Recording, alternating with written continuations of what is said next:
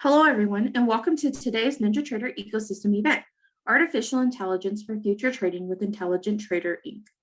My name is Juanita, and I am the NinjaTrader Ecosystem representative here in the NinjaTrader Denver office. Before we start the webinar, I have a few housekeeping notes.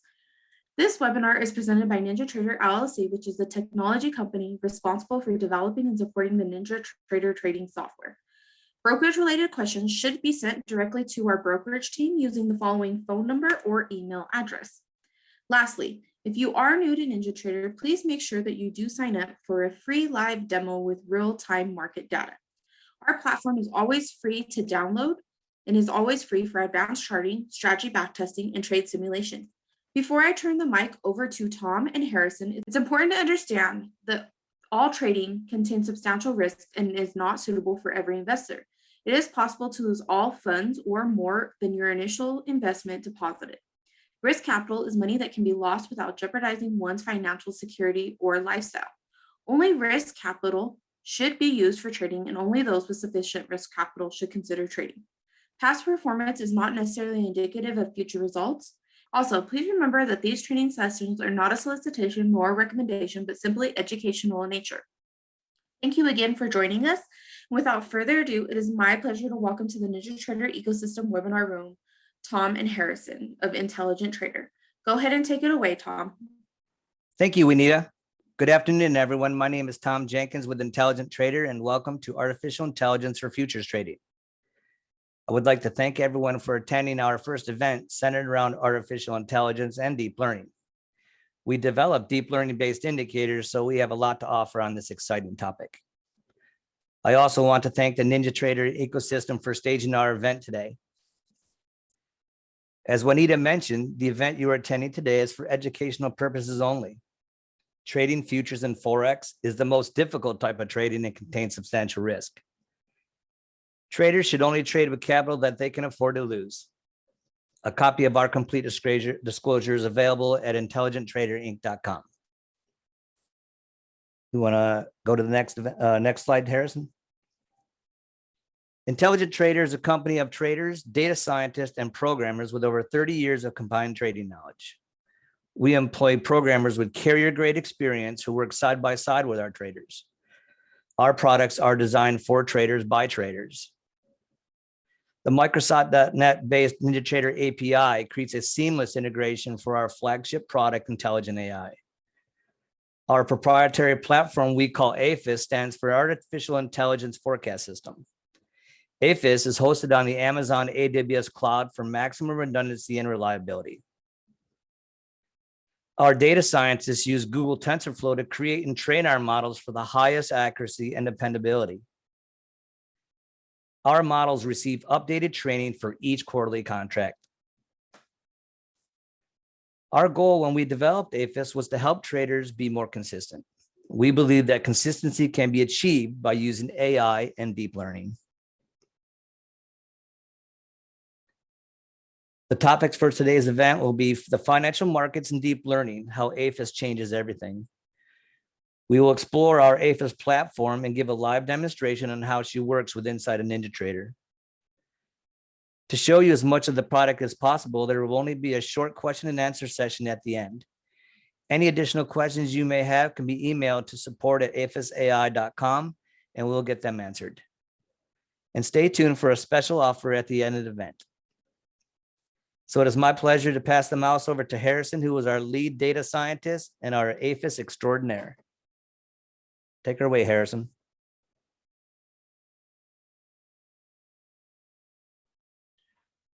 Okay, can everybody hear me okay?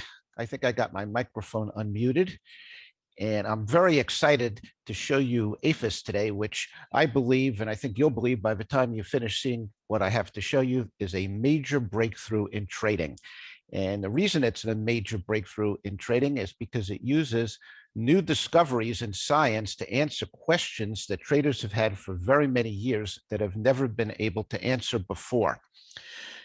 And as we go through this presentation, I will show you exactly what I'm talking about. Now, AIFS is not a bot. It does not auto trade, and it's not going to make all the decisions for you. AIFS falls in the category of augmented intelligence. And that may be a big word, but it's got a very simple meaning.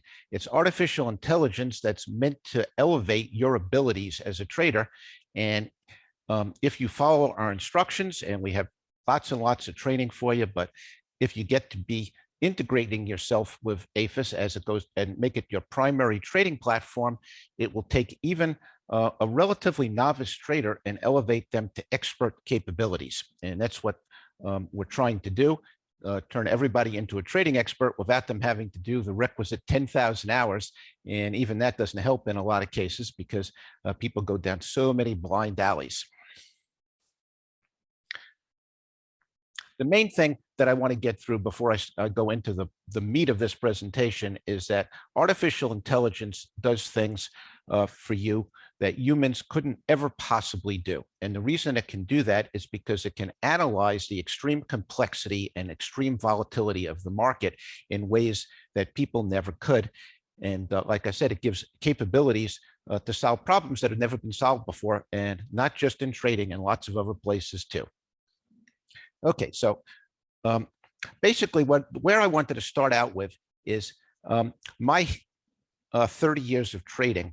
And in doing that, I want to tell you a few stories about where trading has come in the last 30 years, and also some of the problems I ran into and some of the problems that I'm sure many of you can empathize with because you've run into the same kind of things. And from the beginning, I came from a background of computer science and mathematics to trading. And so I immediately, when I started trading in 1991, wanted to apply computers to trading. Now, the world of trading was much, much different in 1991 than it is today. I was immediately drawn to futures trading for the reason that it gave you leverage, and it also had the lowest overhead for actual, day trading. And that's what I was doing. I was doing day trading, but I didn't know anything about trading. And I assumed, like most people do when they start trading, that it can't be all that hard. I'd done a lot of other hard things in my life, and how hard could trading be? So I figured if I could listen to the news, I could listen to CNBC, which was in business back in those days, and I could tell what to do. And if the news was positive, I could go long, and if the news was negative, I could go short. So I took $50,000.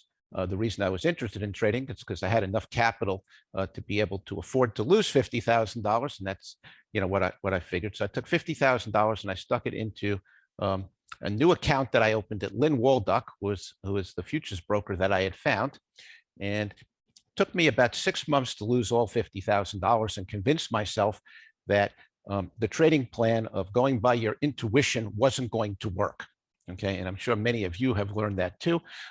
What we've sort of figured out by now is the more you use your intuition in trading, the worse you're going to do. And that's why we tried to sort of systemize what you do and teach you to take uncomfortable trades. And we'll get into that when we get into trading. Okay, so once we figured out that that didn't work, I decided to take some of my computer knowledge and mathematical knowledge, and with the help of a few friends that were already steeped in the beginnings of artificial intelligence in trading, and try to implement some trading systems in the only trading platform that was available back then, which was TradeStation. It had easy language, and you could actually write trading systems. And we actually managed to find some edges in the market and did quite well with those trading systems in the 90s. The problem is by the time you got to the end of the 90s, computers started to be connected to trading platforms. I'm saying the trading platforms started to be connected to the brokerages. Through all of the 90s, when we were doing our advantageous futures trading, the only way to get an order in was to have the computer call modem orders into the broker, and for it to somehow get to the futures pit and for it to be executed manually. And then you had to wait to get a report back on what your fill was. Okay, but by the end of the 90s, things started to change. The ES started to become something, although it wasn't much to begin with.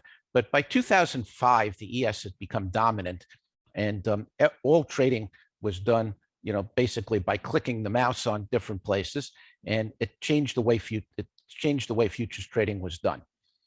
Okay, so at that point, there were lots and lots of things to explore, and I explored most of the things that most people do. I started out with lots and lots of indicators on my screen. I tried lots of indicators that didn't do what I expected them to do. And what I would do is I would commit funds to and a small amount of money to every single technique that I was trying. And I try to take every trade, and I would keep records of how it did. And I try to take 25 or 30 trades and see how it did. And what I found out is that nothing I tried actually exhibited anything like what I had seen in the 90s when I was trading systems that actually did have an edge. So I kept going on from thing to thing. And I think that's what a lot of people run into. They try the simple things, sort of like what I show on my screen here. But the problem with that is, first of all, it's slow. It involves a lot of trial and error, and it gets expensive to keep committing funds to testing things that don't in the end up working. Okay, but I followed the progression that I think a lot of people do, and I started to move on and try to understand more about how markets worked. And I came of the opinion that you couldn't actually have a successful trading method unless you had some model of the market in your head, some way of understanding how the market worked. And the next thing I tried was something that I'm sure many of you have tried, which was Elliott Wave. And I tried to learn as much as I could about Elliott Wave. And I actually took Elliott Wave knowledge into the 2008 financial crisis. And Elliott Wave was good enough to allow me to isolate the bottom in March of 2009. I still remember that day. I was actually listening to Pit Squawk at the time, and I remember JP Morgan selling a massive number of futures at 700 in the S&P. And remember, we were still trading the big S&P and the Pit back then, and driving the market down to 666, and that was the bottom. And basically shortly after that, I was able to go long and in a swing trade kind of a way and try to ride the market up. And the market went up and up and up and up. And then my Elliott Wave training told me that there was a very dependable setup called a diagonal triangle that would signify that the market had run out of gas and it was going to turn back down. So I got one of these diagonal triangle things, and it started to play itself out. And I said, well, time to get out of my long trade. And but contrary to what I was taught, the market did not go back down. It went back up, and it went up quite a bit more. And then we got another diagonal triangle that said the market was going to go down, but the market didn't go down, and it went back a lot more. And I learned a very bitter lesson that one of the biggest costs in trading isn't just the losing trades that you take or the methods you tried that have no chance of working at all, but also when you get false information out of something that causes you to cut a swing trade short and miss out on the profits that you should have gotten. So that was the end of my experiments with Elliott Waves. I moved on to other things, and ultimately things started to change in 2013. So let me get on to my next slide. And in 2013, technology started to change, and AI started to become viable. Now, why did it become viable in 2013? Well, one of the things that you have to know is that a certain convergence took place. Now, the mathematics behind AI has been around for a long time. Some of it dates back to the 1950s. Some of it dates back to the 1980s. But all of these mathematical advances were ahead of their time. And they were ahead of their time because the technology to actually implement them did not exist at that time. But what happened in 2012 and 2013 was that this little thing came along called Bitcoin. And all of a sudden, it became apparent to many people that mining Bitcoin would be very, very profitable. And that sparked companies like NVIDIA to start inventing very, very powerful GPUs dedicated to mining Bitcoin.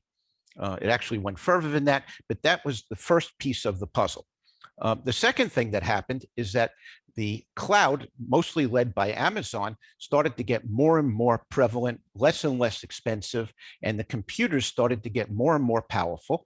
And the computers on the cloud started to have powerful GPUs in them that could take advantage of these new NVIDIA cards.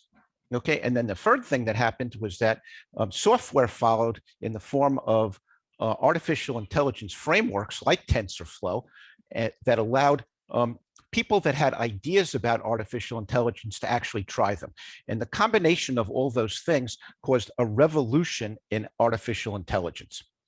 And that revolution in artificial intelligence immediately affected many of the applications. You see many of them in the area of NLP, which is natural language processing. And natural language processing was a very natural application that everybody understood. It includes things like voice recognition on your phone, automatic translation, and it's extended to this point to automatic reading of things like Twitter feeds and Facebook feeds and news feeds and Fed announcements, et cetera. And the application of non-farm payrolls has actually changed the face of trading in some ways because there are so many bots now that actually are able to read everything that's going on and make decisions as to whether it's bullish or bearish, that it has made many short-term scalping type trading activities that people try to do very, very competitive to the point where the individual doesn't have much chance. Because even if you have something that works, chances are that there's a bot out there that's doing the same thing that's co-located at an exchange and can get there a lot faster than you can. So it's made that all very much competitive. And that's one of the reasons that we did what we did in focusing on day trading when we invented AIFS. Okay, so that takes us to our invention. Well, actually, I got one slide in the wrong order here. So let me just show you what I wanted to. And that's not even the slide I wanted, but it's okay. I can tell you the thing that I wanted to show you. Basically, last Friday night, I wanted to watch the baseball game. And I'm a Yankee fan, and the Yankees were playing Friday night, and I couldn't find the game. And I couldn't find the game, as it turns out, because Major League Baseball had sold all their Friday night rights to Apple. And Apple was showing it on Apple TV Plus. I don't know if you guys are familiar with Apple TV Plus, but anyway, so I loaded up Apple TV Plus and I found the Yankee game and I started to watch it. And one of the things that I saw on the Yankee game in the right corner is very similar to what you see in the football game here.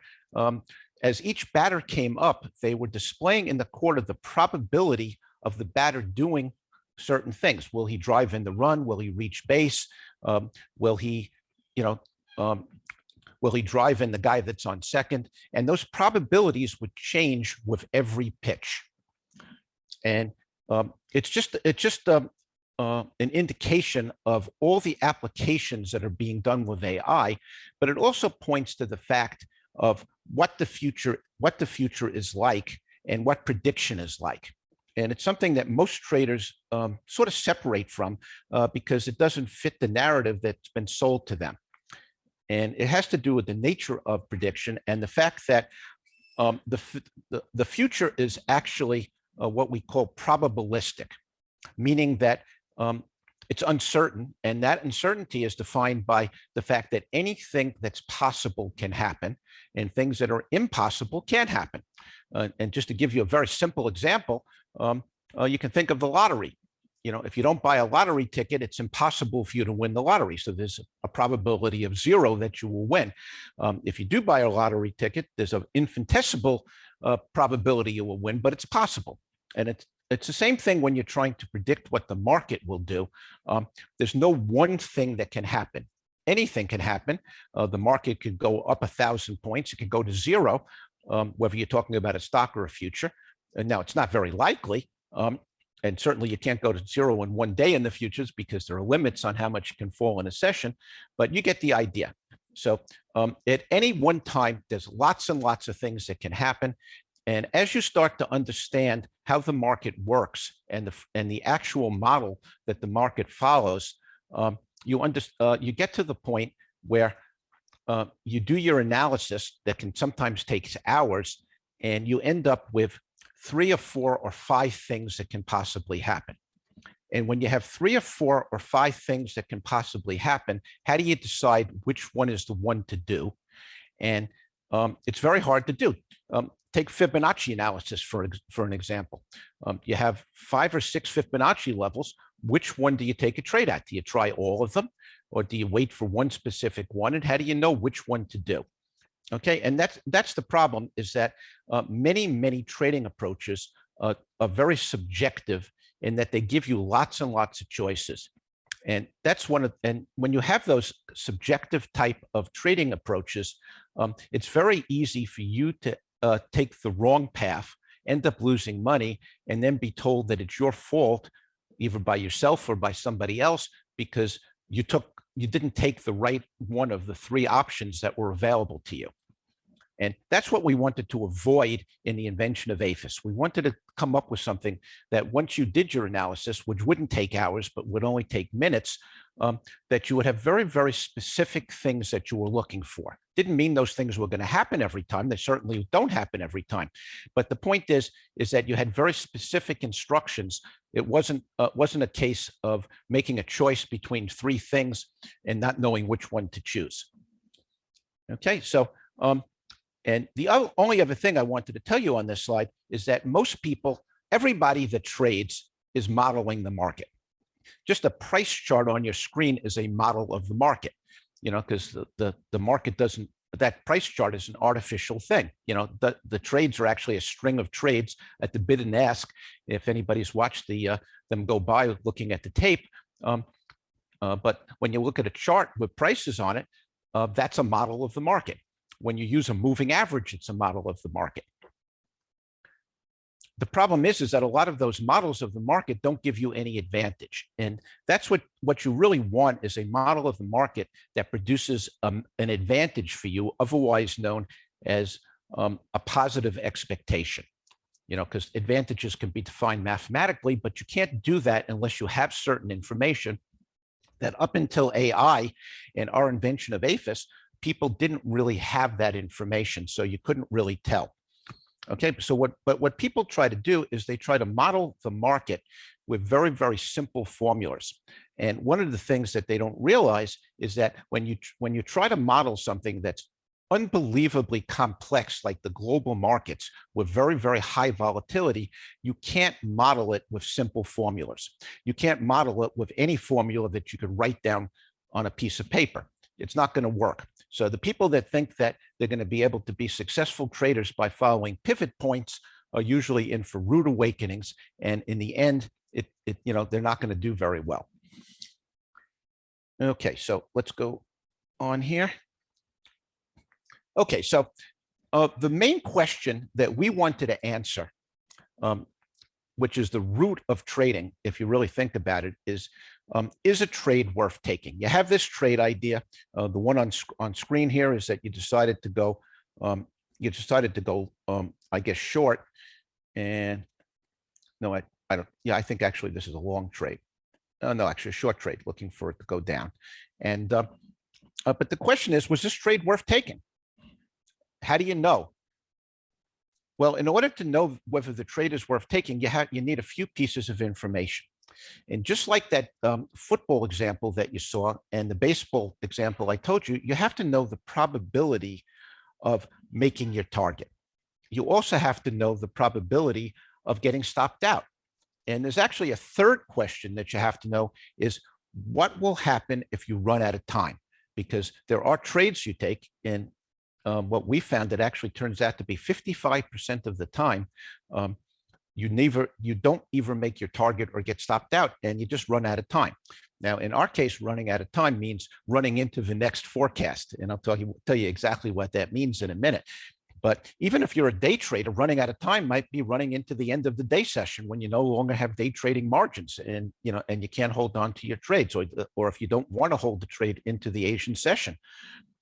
Okay, so there's always the possibility of running out of time, and you need to know what is likely to happen if that does. And if you have those 3 pieces of information, what is the probability of getting stopped out, the probability of making your target, and what happens, what will be the likely result if you run out of time, then you can calculate whether the trade is worth taking, because you can calculate the mathematical expectation of the trade. And if the trade has a positive expectation, it's worth taking.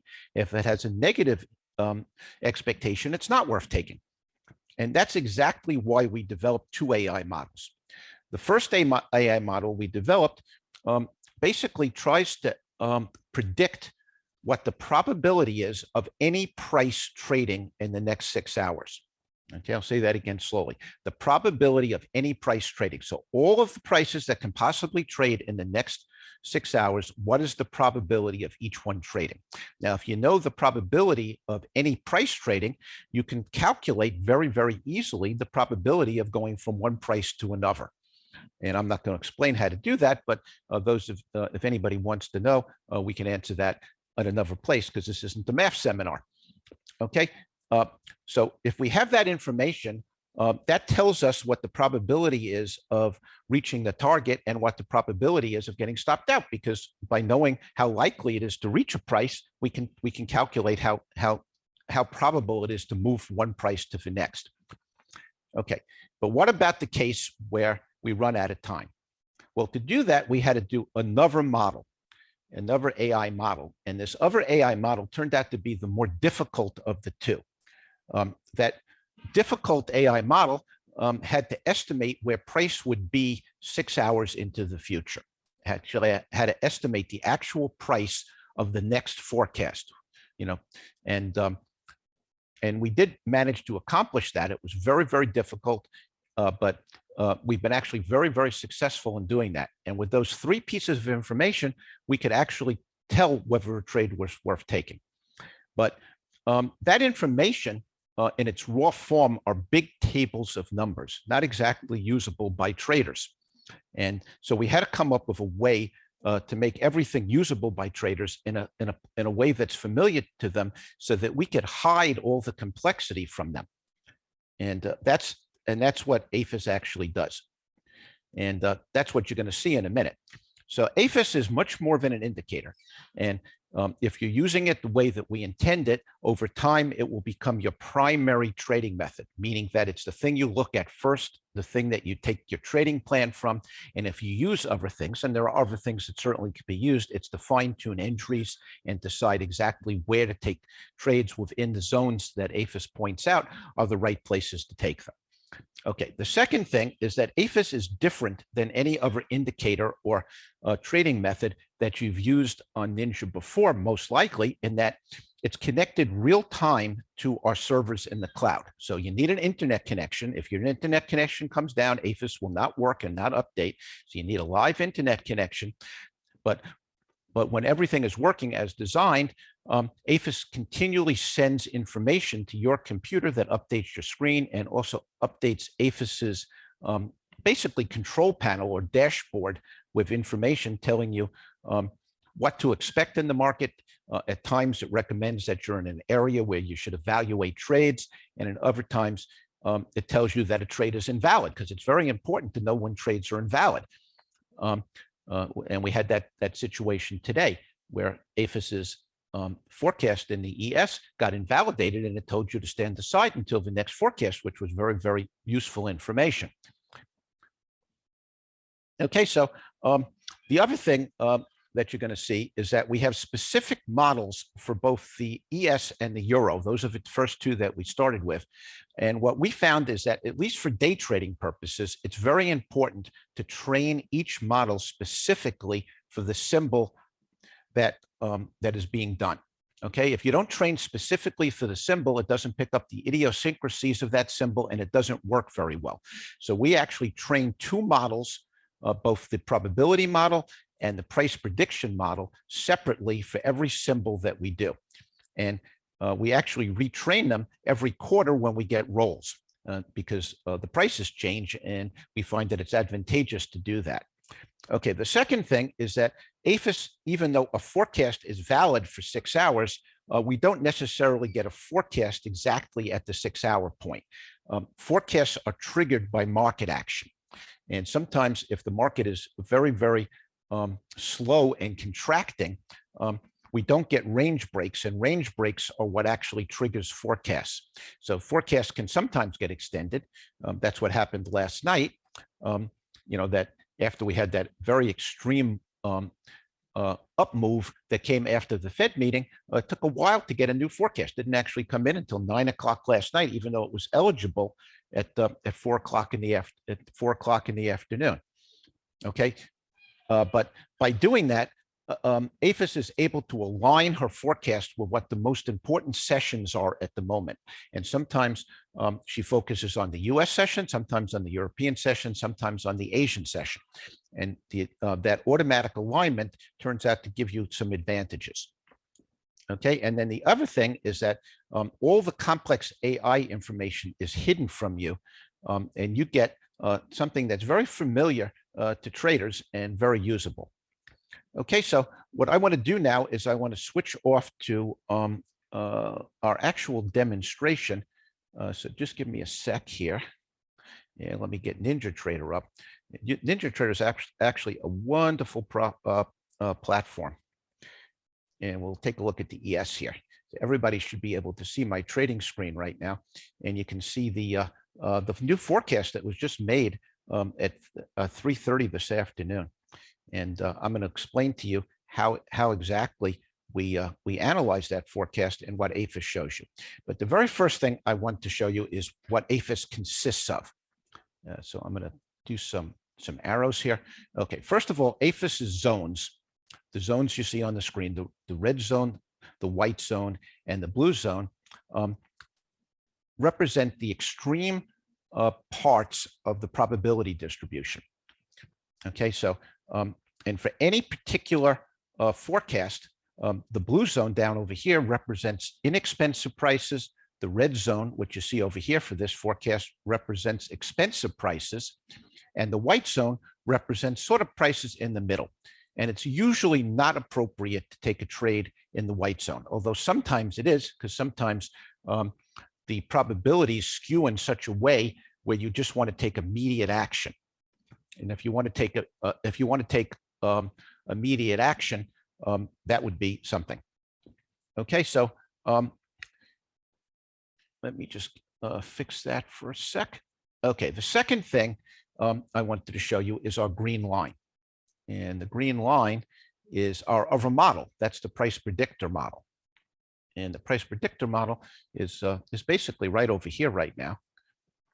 Okay, and we basically combine the information that we're getting from both of our models, both the zone model and the green line model, to come up with a prediction that classifies the prediction into a certain class. And that class is shown in our advice panel. And if you can see right over here, we have the current forecast that came out at 3:30 and 15 seconds today. And it says vertical down, bias up, no trades recommended. Okay, it's no trades recommended because we're not quite in the red zone right now. And also the market's closed, you know, it's after 5 o'clock. Okay, but ideally, what you would want to do is take a short trade in the red zone with what this forecast is. But we get so much more information out of this forecast. And I want to show you basically how we analyze a forecast and how it gives you a trade plan, because this is something that's really unique in trading, is getting a trade plan out of this. Okay, now there's a few things that have happened of recently, and I'm just going to squinch us up a little bit here.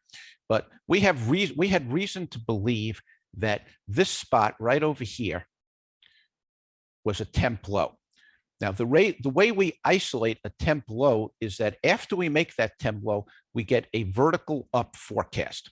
And if you want to see at any point what the forecasts are, in our control panel, we have a button that lets you display the forecasts. And I'm going to press it right now, and you can see all the forecasts pop up on the screen. And you can see right over here, we had a muted vertical up forecast. And once we got that muted vertical up forecast, that labeled this as a potential temporary low. Okay, now we also had the high that was made yesterday. The high that was made yesterday was followed basically this morning by a vertical down. Prior to this one, the forecast before this, the vertical down forecast that predicted the big drop, okay, that forecast, and that vertical down forecast basically labeled this spot right over here as a temporary high. Now, if you have a temporary high and a temporary low, you have the potential for a trading range forming and a sideways structure to build. As many of you know that understand how the market works, because most of you that have been around trading for a while, no matter what exactly you call it, have realized that that the market is usually in one of two modes. It's going sideways and favoring rotational type trades, such as regression to the mean type trades, or it's going vertically and it's favoring momentum trades. And it's very important to know which of those stages that you're in order to know what strategy to follow. And by AIFS's ability to tell us when we have potential temporary highs and temporary lows, it points out in most cases faster than anybody else realizes when there is a transition in phase from one trading phase to another trading phase. And that's extremely valuable, because one of the ways that you get big advantages over other traders is to be the first in line in knowing what's happening. So if you know we have a temporary low and you can go long, and you can catch the first swing in the building of a range, okay? And that could be a swing trade, or it could be a very short-term trade, depending upon what time frame that horizontal structure is forming on. Okay, in the same way, when you're going sideways for a while, AIFS will signal to you that we're about to transition into some sort of a vertical mode, and she tells you which direction she thinks that this vertical break is going to happen in. So you can get positioned before the break, or sometimes just after the break, and ride a vertical move before other people recognize it. And most people, what I find in most cases, most people don't recognize these changes in transitions in state until they're almost over. And at the point that most people recognize we're going sideways, that's the point where AIFS starts to tell us that we're about to go vertical. And at the point that a vertical move is recognized by the average person, that's the point at which we get temporary highs, and AIFS tells us it's time to cover whatever long or short that you have, and it's time to start thinking about rotation again. And it puts you in a place that most traders never get to, and if they do, it takes a very, very long time to learn, and it's a big advantage. Okay, so this forecast gives us some very interesting information. One of the things we do when we get a forecast is we use the extent of the blue zone, where the blue zone actually was at the point of forecast, which is right over here, and we draw a straight line across. And what we notice is that it did not get lower than the blue zone when we made our temp low. Okay, remember this forecast right over here is where the temp low happened. What that's telling us is that this temp low is not likely to be exceeded. So what this blue zone is telling us is that that there will likely, during the Asian session tonight, and we don't know if that's going to come out or not, anything can happen, but that we're likely during the Asian session tonight to test this low, and it will most likely hold. So it's not only a place to take profit on any shorts, but it's also a potential place to go long if we get a stall down there. Okay, and we don't actually have to test it to the tick. We might get close to it, but what AIFS is saying is that we're not likely to exceed it because of the fact that we have not gotten below that blue zone. Okay, in the same way, AIFS is also telling us that we have a lot of volatility. And how do we know we have a lot of volatility? Because of the size of the range. And if you actually look in the advice panel, right over here, it says that the max range that's predicted for this forecast is 291 handles, or 291 points. That's a huge range. And we use that information for two purposes. One is to estimate how big of swings we could see, which usually approach 50% of the maximum range. So this maximum range is telling us that we could see 140 handle swings in this forecast, which would really be something for an Asian session, but I don't write anything off. I can remember a few months ago, AIFS told us that the market was going to likely crash in Asia. And sure enough, after 4 sleepy sessions in Asia, the Chinese session caused a crash in the market. And we don't know how it figured it out and what it was looking at, but it figured it out. Remember, AIFS is only looking at the last 10 days of market data. And it's getting all this information from, in the case of the ES, the last 10 days of the ES. Okay, so that maximum range gives us that information. But the maximum range also tells us how big a stops we have to use. And in this case, you want to use approximately 10% of the maximum range as your minimum stop.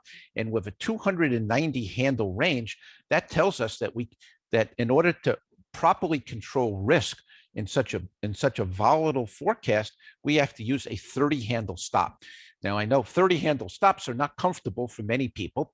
And if you don't have a big enough account, you cannot trade this forecast. If you're trying to trade it with the full size ES, and you're following our recommendations of never risking more than 2.5% of your account on any one trade, you would need a $60,000 account to take a one contract ES trade. And similarly, you would need a $600 account to take a one contract MES trade. And you can trade the MES using the ES model. There's no problem doing that, and a lot of people do it. As a matter of fact, I know that a group of our traders have qualified for funding with the Apex platform, trading the MES using our ES model. Now, one of the things that happens during a forecast too is as the forecast plays out and AIFS gets more information, she adjusts her models. She adjusts them in a linear way. Everything moves together. The zones move together with the green line. When we first invented AIFS, we tried a technique called Bayesian inference. And some of you may have heard of that, which is a way that statistically a lot of statisticians adjust models once they get more information. The problem with Bayesian inference was that it was incorrectly reporting the volatility as we got closer to the end of a forecast, and everything would sort of come in. It would underestimate the risk. So we invented our own way of adjusting models, but we don't adjust models to make things look better. That's not the purpose of it. The reason we adjust models is because people don't always take trades on the first bar of a new forecast.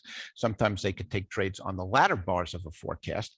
And what ends up happening is that the information that AIFS is giving you does degrade slightly over time as the forecast gets older and older and older.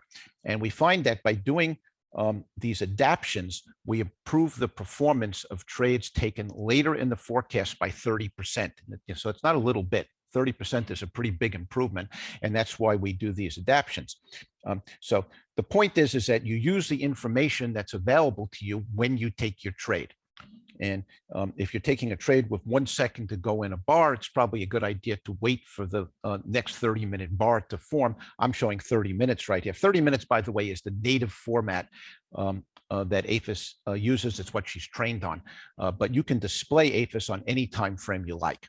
And I actually have here the ES in on a 4-hour chart. Here's a 4-hour one, and here's a 5-minute one. There's a 5-minute showing all the same information. It doesn't matter. You can change to whatever time frame you like, and everything will adapt and align properly. Okay, now, like I said, in addition to the ES model, we also have the Euro model. Now, like I said, the ES model today told us that we weren't likely to go down as much as we did. What it told us was that we were very likely to hold one of the breakpoints that was made when we took off yesterday, one of these breakpoints. And because of that, we recommended for people to go long in the area of 41.90 to 41.95. And those trades got stopped out, but they weren't huge losses, but because though the breakpoint parameters sort of failed when we went below 41.90. So depending on where people got long, they lost maybe 5 or 6 points. You know, like I said, it wasn't a terribly damaging trade, but it was a losing trade. And that's because something happened that AIFS didn't expect. And one of the things that we've noticed consistently is when something happens like that, that AIFS tells us that, for instance, a breakpoint is going to hold and it doesn't hold, that's telling you that something is different and that something more extreme is happening, in this case, extreme bearishness. And then we get this new forecast that tells us that we're likely going down to test this low. Okay. Now, at the same time that we had a losing trade in the ES today, the euro gave us something much more pleasant. And what the euro did is it told us to go short, basically right over here, right in this spot, right over here. That's, and I, when I did my morning update, and I do morning market analysis every day live in our Discord room. This actually trade was called in our Discord room. And if you'd use that technique that I showed you before of extending out the blue zones, which we did this morning on the euro, we extended it out. And what it told us remarkably was that this low was going to be taken out. This low was going to be taken out, and this low was going to hold.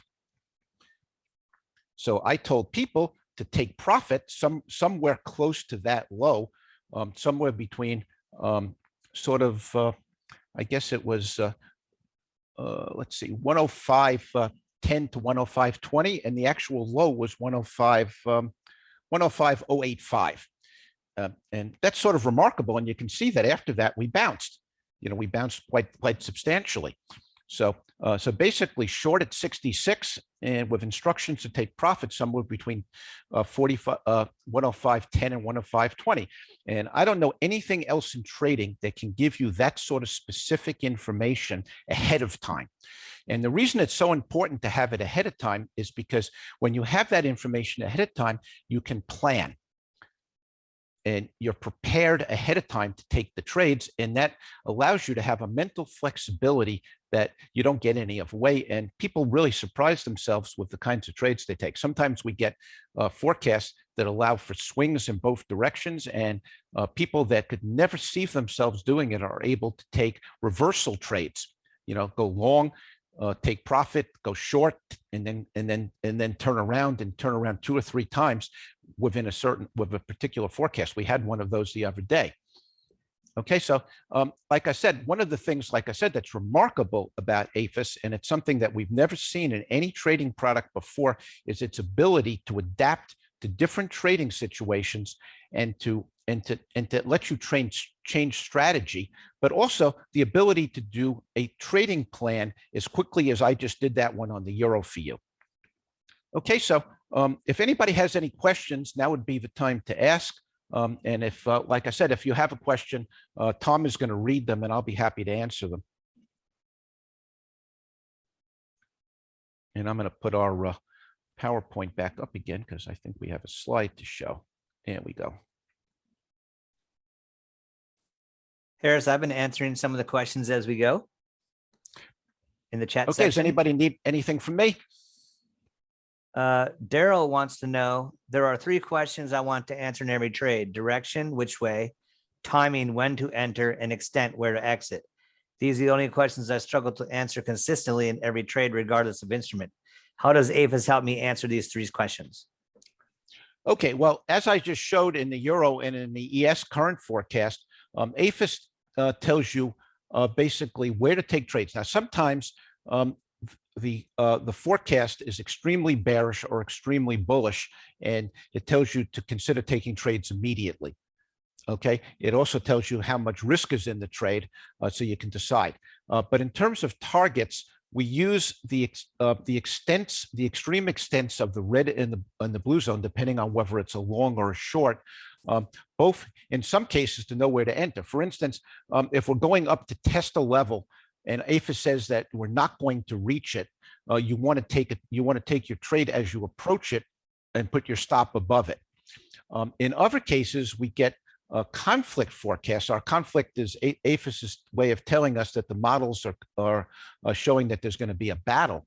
And in some cases, the specific instructions are to wait for a stop run. So you look for where you think the stops are, and you look for a zone extent that says that this level is likely to be broken, and then you fade the stop run. And like I said, that to me is one of the most fun things that you get to do, because when you successfully fade a stop run, you get everybody chasing you and you get a lot of energy in the trade right away. So it lets you do the kind of things that you can do. Hey, Harris, Juanita says we have about 2 minutes left. So what I want to do is thank Juanita and the NinjaTrader ecosystem team for having us today. If you have any additional questions, just send them to support@AIFSAI.com. We also have a free section in our trade room where you can answer any questions, and that's on Discord. We're going to be offering free training to anybody that responds to the AIFS.com/train me, and we'll be holding that in the near future as we get enough participants. Like I said, just come to our Discord room. We have moderation as well as free chat for members to chat with each other. Again, thank you everybody for coming. And I think this is it. Is that good, Juanita? Perfect. Thank you so much. Yeah, do I have time to answer one more question? Because I saw one question that might be confusion because somebody said they've been watching my videos and they seemed a little subjective. Yeah, we have a lot of training videos and it's hard to take them all in at one time. What we recommend to people is to basically spend 15 minutes a day and take in one topic at a time. And also watch the morning market analysis as I do. The reason that it may seem a little bit complicated is because I'm trying to teach people how to use AIFS in context, because it's a mistake to just think that you can look at a classification and follow a very simple list of instructions and know exactly what to do. The market's too complicated for that, and AIFS gives you such rich information. I try to get people to use it. But once you learn how to do what I just did in showing you that Euro trade, you'll find that it's very, very easy to know what to do. And it's also very easy to know when the picture is too confusing and you should just stand aside because it's not worth taking the risk. All right. Well, great. Thank you, Juanita. And again, everybody, thank you for coming. And if you want to check us out, we're out at AIFSAI.com. And we have a 14-day free trial to match NinjaTrader's 14-day free trial. Again, thank you everybody for coming. Thank you again, everybody. Thank you, guys. Thank you again, everybody, and especially a thank you to Intelligent Trader, both Harrison and Tom, for taking the time to share with everyone today. If you enjoyed today's session, we hope we'll see you in future events. We'd like to remind you that information provided in this was that of Intelligent Trader and not of NinjaTrader. All information is for educational purposes and should not be construed as trading advice. Enjoy the rest of your day, and we hope to see everybody here in future webinars. Happy trading from everyone at the NinjaTrader ecosystem.